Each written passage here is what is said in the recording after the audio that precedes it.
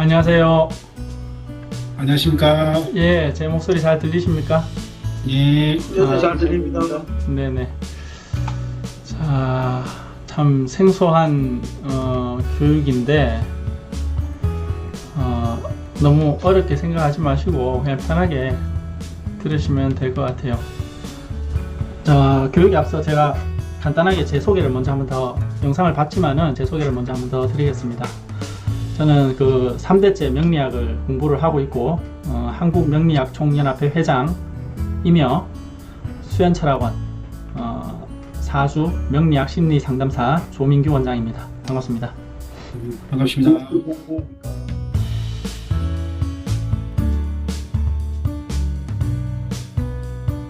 심리학으로 알아보는 선천운과 후천운인데, 교육이 앞서가지고 먼저 염두해서 말씀드리고 싶은 거는 이 학문은 다른 학문과 달라서 천기누설이라 할 수 있는 깊은 의미가 있는 학문이라 할 수 있습니다. 그래서 오랜 세월을 함께 해온 학문임에도 항상 조심스럽고 신중한 판단을 해야 되겠다는 겸손함이 앞서고, 경솔한 판단으로 말 한마디에 의해서 사람의 생사를 논하니 신중을 기해야 하는 학문임을 강조합니다. 그래서 제가 이 강의는 사실 교육이 아니고요, 그냥 말 그대로 이제 그냥 참고해서 이런 것도 있구나 라는 내용으로 들으시면 될 것 같아요. 이 교육이라 하면은 사실 제가 제자를 양성을 많이 하는데, 그 제자들도 사실 정말로 힘들게 배우는 학문이에요. 그래서 이 학문을 그냥 뭐 독학은 절대로 하기 어렵다라고 보시면 되고, 그래서 잠깐으로 들어서 이런 부분을 써먹어야 되겠다라고 할 수 있는 부분의 학문이 아니기 때문에 그냥 가볍게 들으시고 정말로 관심이 있다 싶으시면은 한번 더 깊게 공부를 한번 해보는 것도 괜찮을 것 같습니다. 자, 그러면 명리학이란 무엇이냐? 명리는 글씨 그대로 목숨 명자에 다스릴 리자로 목숨을 다스리는 학문이라는 것입니다.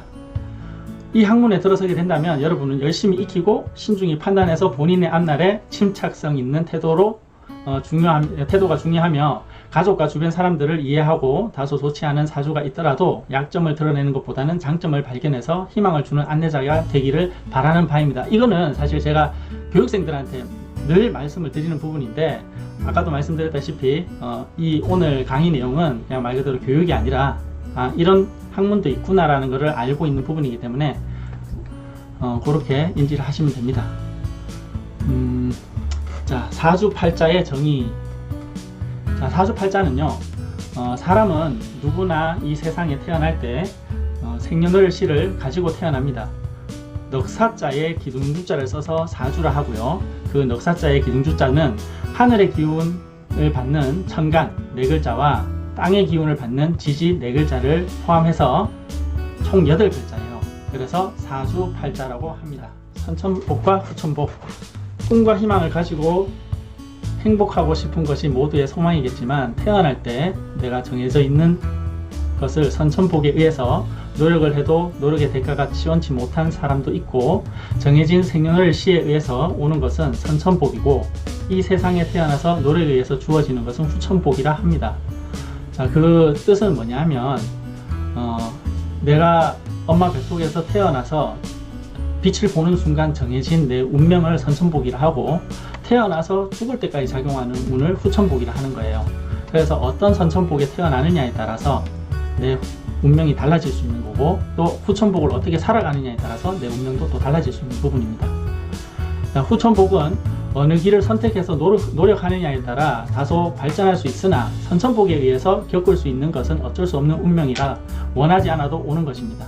하지만 운명적으로 고통이 많게 태어난 사람이라 할지라도 후천복 좋은 이름을 부르고, 또는 만나는 사람에 의해서, 또는 사는 곳을 자기와 잘 맞는 곳을 선택하면 나쁜 운을 길하게 바뀌어 갈 수도 있다. 오행의 특성인데, 아까 전에 제가 수업 내용 중에 상생관계라고 말씀드렸잖아요. 상생관계라는 것은 뭐냐면 서로 상생이 된다, 생기를 준다라는 역할을 하는 거고요. 그리고 상극관계는 서로 극한다, 다스린다, 이렇게 보시면 되는 부분이에요. 자, 그래서 일단은 그 이치를 설명을 드리면, 물이 나무를 키워주잖아요. 그죠? 물이 나무를 키워주고, 또는 나무가 희생을 해서 불이 활활 타고, 또 불은 태양은 흙에 양분을 주고, 또 흙에서 금을 캐고, 또 샘에서 물이 나고, 이런 상생의 이치가 되어야 돼요. 그래서 상생관계는 이렇게 돌아도 상생이 되고 이렇게 돌아도 상생이 됩니다. 근데 상극이라는 거는 이렇게 지그재그로 별표 점선으로 가는 게 상극인데, 이치를 설명을 드리면 물이 불을 끄고, 또 불은 금을 녹이고, 또 금은 도끼로 나무를 찍고, 또 나무는 흙의 양분을 빼먹고, 또 흙은 물을 덮어버린다. 이런 게 상극관계예요.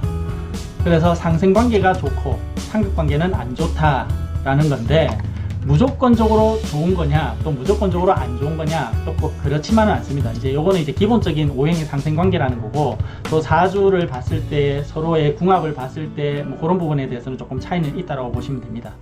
자, 그러면 다음 이제 음양과 오행론인데, 음양과 오행론에 자, 아까 말씀드렸던 천간은 하늘의 기운이에요. 자, 십천간이라 해서 갑을, 병정, 무기, 경신, 임계, 이렇게 천간이 있습니다. 천간 중에서도 음과 양이 나눠집니다. 네. 자, 갑하고 을은 나무예요. 나무. 그리고 병하고 정은 불이고요. 무하고 기는 흙입니다. 그리고 경신은 금이고요. 임계는 수입니다. 그래서 목, 화, 토, 금, 수입니다. 그러면서 이제 여기서 이제 또 양과 음이 나눠지는데, 갑은 큰 나무, 을은 작은 나무, 병은 큰 불, 태양, 정은 작은 불, 촛불이라고도 하고요. 또 무는 양토, 큰 산흙을 말하고, 기토는 음토라 해서 작은 모래흙 같은 흙을 말합니다. 그리고 경금은 양금이라 해서 큰 쇳덩어리를 보고 말하는 거고, 신금은 은금이라 해서 작은 보석 같은 금을 말합니다. 그리고 임수는 양수라고 큰 바닷물입니다. 그리고 개수는 음수라서 작은 시냇물을 말합니다. 그래서 이런 목화토금수에 대한 부분에 있어서도 음과 양이 나타납니다. 이 부분이 천간의 기운이 나중에 보면은 이제 사주의 년월일시에 나타나는 천간의 기운인데, 그 부분에 대해서 나중에 자기의 성향이라든가 성격이라든가 그런 부분이 나타날 거예요. 그런 부분은 좀 이따가 제가 또 설명을 드리겠습니다. 자, 다음은 지지예요. 지지, 땅의 기운. 12지지라고 하죠. 12가지. 자축인묘, 진사오미, 신유술해 라고 있는데, 자, 요거는 아까 전에는 음양, 그러니까 양음 이렇게 나타났는데, 이번에는 좀 달라요. 자는 음수예요. 작은 시냇물. 그리고 축은 음토고요. 그래서 수는, 그러니까 자는 물이고 축은 흙이다. 그리고 이는 양의 기운, 대림목, 큰 나무고요. 또 묘는 작은 초목입니다. 그래서 여기는 양음 이렇게 이어져 가고요. 또 진토는 양토라 해서 큰 산흙, 산은 양화라 해서 큰 태양의 역할. 아까 말씀드렸다시피 그러니까 천간의 기운과 똑같아요. 양의 기운, 음의 기운. 그러면서 오행을 보면 자해는 수고요.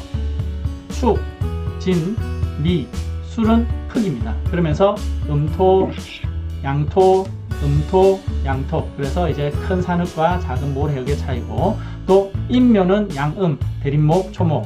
그리고 사오는 양음 해서 태양과 촛불. 그리고 신유는 양음, 큰 쇳덩어리, 작은 보석. 이렇게 나눠집니다. 그래서 오행이 나타나는 부분이고요. 다음, 자, 요게 이제 일간으로 보는 성격인데, 일간이 뭐냐 하면은